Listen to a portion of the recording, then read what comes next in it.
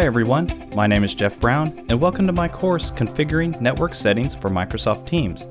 I am a Windows system engineer that has spent my career focusing on Microsoft technologies, and lately I've been working with their newest collaboration product, Microsoft Teams, which is the fastest growing service in Office 365. In this course, we are going to cover everything you need to know about preparing your network for Microsoft Teams. Microsoft Teams is not an ordinary cloud application. It requires that your network can handle real-time media traffic to ensure your Microsoft Teams users have the best audio and video experience they can.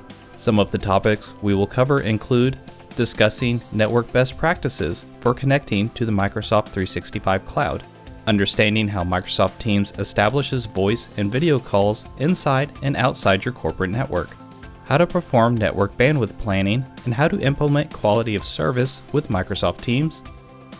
And once Microsoft Teams is deployed, how to monitor and troubleshoot network quality using tools such as Call Analytics and the Call Quality Dashboard. By the end of this course, you'll have a solid foundation to plan and configure network settings for Microsoft Teams.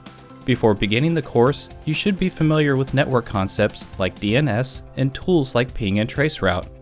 We'll be covering tools available from Microsoft for testing your network, such as the Microsoft 365 Network Connectivity Tester and the Network Testing Companion. I hope you'll join me on this journey to learn about Microsoft Teams with the Configuring Network Settings for Microsoft Teams course here at Pluralsight.